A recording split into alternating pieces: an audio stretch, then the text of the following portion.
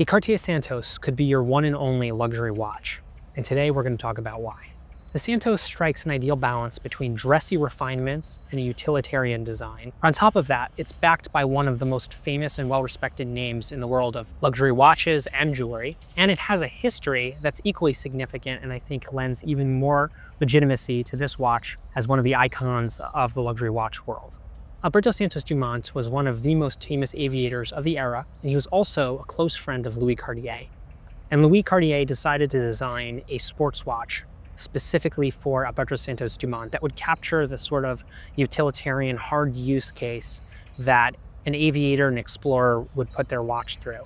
In a sense, this was actually the very first luxury watch made for men, and also the first tool watch when you think about that. It wasn't necessarily widely accepted that men should be wearing wristwatches. A lot of people viewed it as a very effeminate accessory in the beginning, and it was visionaries like Alberto Santos Dumont, who were idolized in society, embracing wristwatch designs like these that really helped to push the wristwatch into the public sphere the way that we see it today.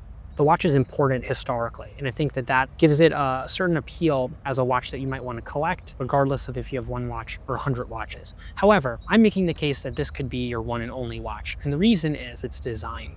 It combines incredibly high-level finishing elements with these utilitarian elements like exposed screws across the bezel and bracelet. Again, something we see with the Royal Oak, but something that Cartier actually pioneered with this watch. You have this high polished bezel flanked on both sides with a brushed main case and then high polished facets. And that sort of sandwich effect of contrasting finishes showcases Cartier's mastery of jewelry design. Being able to finish a watch tastefully is one of the considerations that I think a lot of brands almost view as an afterthought. And when you see a brand do it right, it really speaks volumes about their approach to design in general. The same contrasting effect is continued straight down the bracelet, where we see these polished screws and then brushed main bracelet. Again, it looks like something you'd find in a warehouse, and I think that it was incredibly inspired by Paris, the origin location for the Cartier Santos. A lot of people actually don't know this, but according to legend, the inspiration for the exposed screws on this case came from the rivets of the Eiffel Tower. So again, we have a sense of place and origin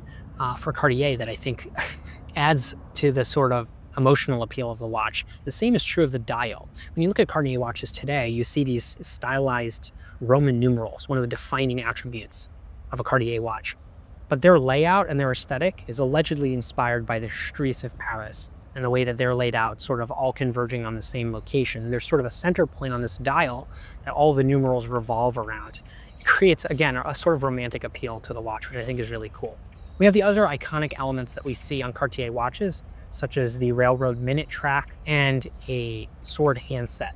In the case of this particular iteration, I'm currently wearing a mid-size model. I think the mid-size model at 35 millimeters strikes the ideal balance between wearing comfortably on the wrist, because again, mid-size watches in a square or rectangular shape wear larger than their stated case dimension. I think this fits almost like a 38, and I think that it would wear incredibly comfortably on a wide range of wrist sizes and profiles. And then sort of combining that, in this particular case, we have loomed hands. And I think that if you're looking for a one and done watch, a little bit of loom adds a little bit of sportiness to the watch, but also utility for an everyday context to be able to tell the time in low light environments. One of the other cool elements about the Cartier Santos, especially in a modern era, is that most Santos models are delivered both on the bracelet and also with a leather strap. This particular iteration with a sort of fume brown dial comes with a brown alligator strap.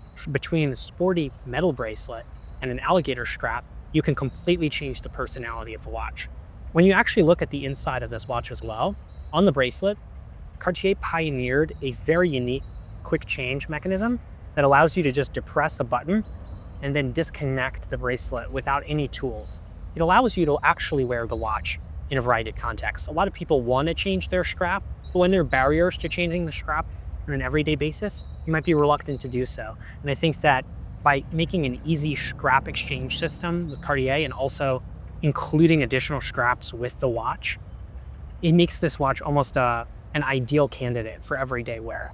One other element to this watch that's of note is that this is paired with an automatic winding movement, providing over 40 hours of power reserve, whether it be dressed up for work or dressed down on the weekend on a bracelet. Having automatic winding utility means that the watch will always be ticking, and I think that that's an ideal candidate for everyday wear. It lends itself very well to staying on your wrist and not coming off. This watch is also packed with a screw-down crown that affords 100 meters of water resistance, meaning that you could do light swimming with this watch. You could be washing your hands, you have the watch submerged, you don't need to worry about it. And that gives a little bit more peace of mind when you're wearing a luxury watch on an everyday basis. You don't want to be concerned about getting water in your watch, and I think 100 meters of water resistance is the ideal middle ground on that. Cartier has this sort of timeless appeal that no matter what era you're in, you know a Cartier, but you might not know a Cartier's era by looking at it. That's actually something really cool. This sort of enduring design language makes this watch a watch that would look just as at home being worn in everyday context today as it will in 50 years, and I can confidently say that you could wear this in 100 years. And the watch will outlast you, sadly. So truly, I think this is an heirloom piece you could pass on to the next generation. If you're gonna wear one watch every day, I think you want a watch that's recognizable, that's versatile, that has a historical backing to it, and also is something that's gonna make you personally happy. And I think that the Santos lives somewhere in the middle of all of those priorities. And sometimes when you create watches that are mass appealing, you sort of strip away all of the character, all of the personality, and all the identity from the watch. And what I love about the Santos is that it maintains a unique personality. It's not boring, it's not too mass appealing. It has its own unique design language, and it doesn't sacrifice any of those elements in the pursuit of a watch that could be truly an everyday watch. So I'd be wearing it every day, and I think you should too. We'll see you next time.